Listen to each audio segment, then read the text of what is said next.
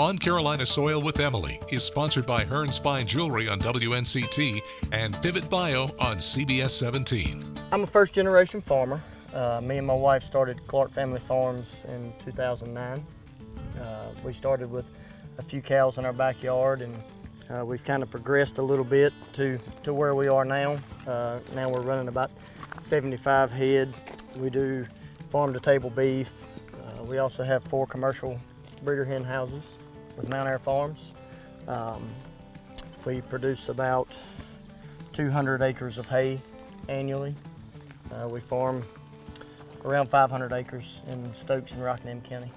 So I know that today we're not going to get to see any beef cattle, and why is that? Well, I'm racing the rain. We've got about 60 acres of hay on the ground, and we're trying to get it up before the rain comes tomorrow evening. So the weatherman was telling us Saturday, and it's moved up to Friday now. So we're kind of behind the 8 ball. So I'm having to work. How long has the farm been in your family? Well, me and my wife started in 2009. Okay.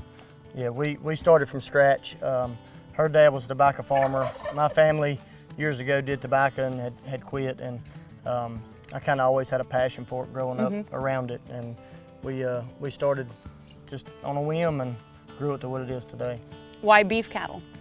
I just always enjoyed them, and I tried goats and sheep, and just the cows always just kind of stuck.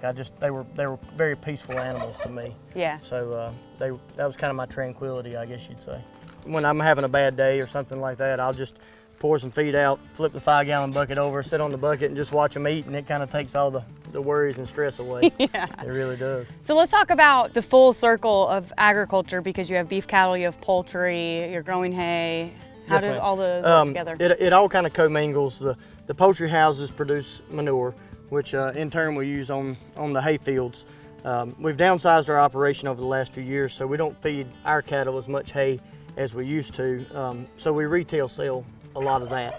My wife kind of handles the bookwork on the farm. She keeps us, straight on that. Most of the time we try to dedicate a day to do that and catch up.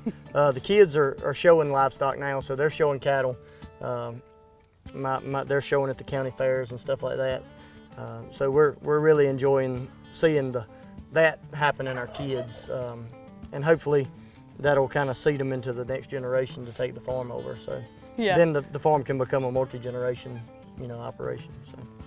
And then you can retire. I hope. That's the goal.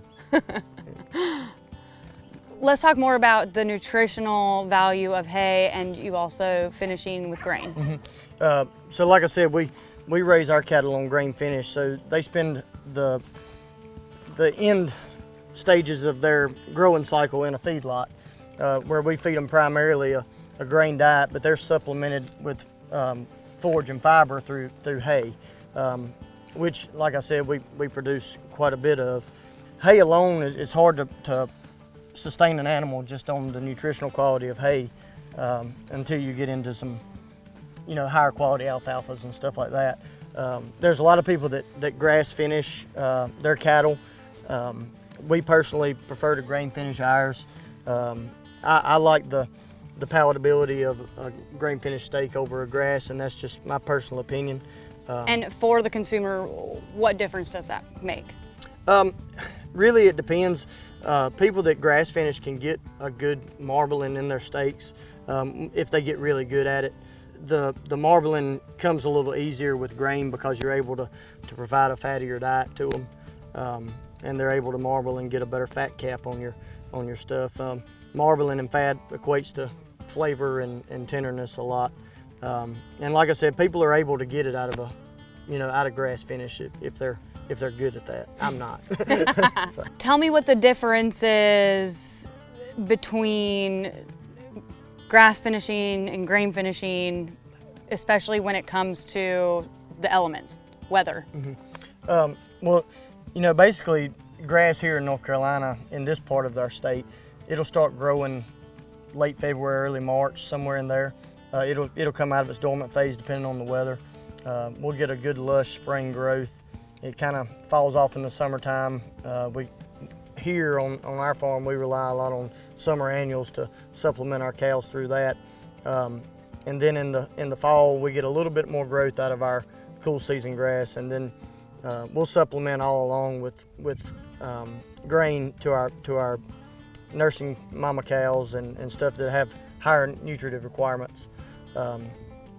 And that just helps them get over the hurdle. We're a fescue-based operation here, and it's tough to get all the nutrients you need out of fescue at certain times of the year. So that's why we supplement with grain, and it keeps our cows in good condition. And like I said, we grain finish, so that just gives them the little extra oomph to make them grow. So, you know, we recognize that they need more nutritive requirements than what your standard dry cow would. So, Yeah. you know, just further education on that has helped us become better at what we do. That's great. Join us next week on Carolina Soil with me, Emily, for anything and everything agriculture. On Carolina Soil with Emily is sponsored by Hearns Fine Jewelry on WNCT and Pivot Bio on CBS 17.